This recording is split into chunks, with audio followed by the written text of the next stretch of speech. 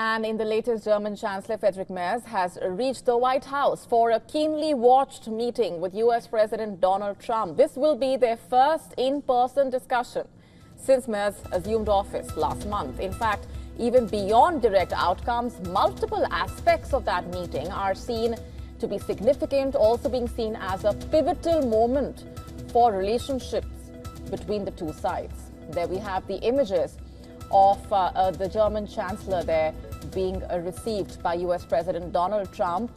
Merz is known for his pro-America stance very significantly, and he and Trump do have a common stance on several issues. But there are some sticky points as well, of course.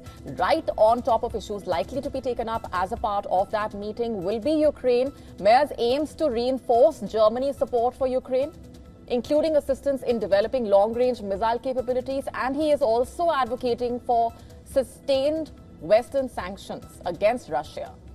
In fact, the German Chancellor has said he plans to raise Germany's defense spending to 3.5% of the GDP by 2032, responding to U.S. calls for higher contribution from NATO allies.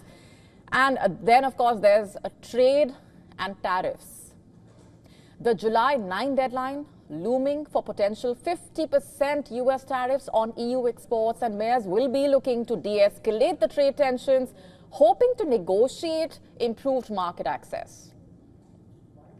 And there's also the issue of immigration and democratic norms, of course. The meeting taking place amid U.S. controversies over new travel restrictions affecting a dozen countries. Let's go straight across now to our correspondent, Susan Teherani, who's been tracking those developments very closely. Susan, get us a sense of the significance of this meeting and what's expected.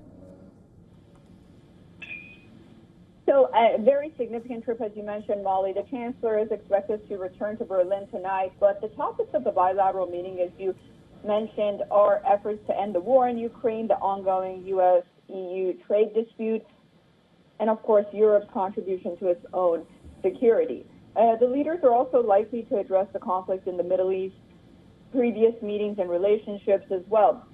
You know, you may remember that Chancellor Merz's inaugural visit to Washington and his first in-person meeting with Donald Trump is this one since taking office, but the two sides have indeed spoken since his victory. They've spoken by phone multiple times in recent weeks.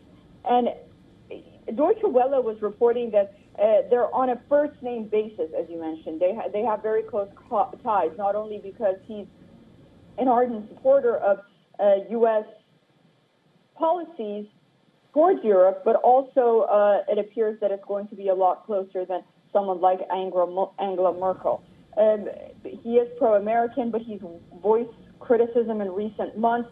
He's disapproved of events in the Oval Office, for example, President Trump's meeting with Ukrainian President Volodymyr Zelensky and Vice President J.D. Vance, which turned into somewhat of a shouting match.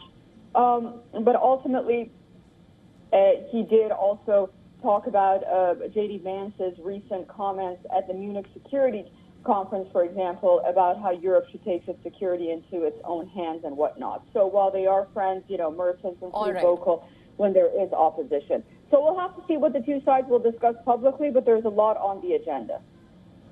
Indeed, and we will, of course, keep coming back to you, Susan, as and when we have further updates. For now, leaving it there for the moment.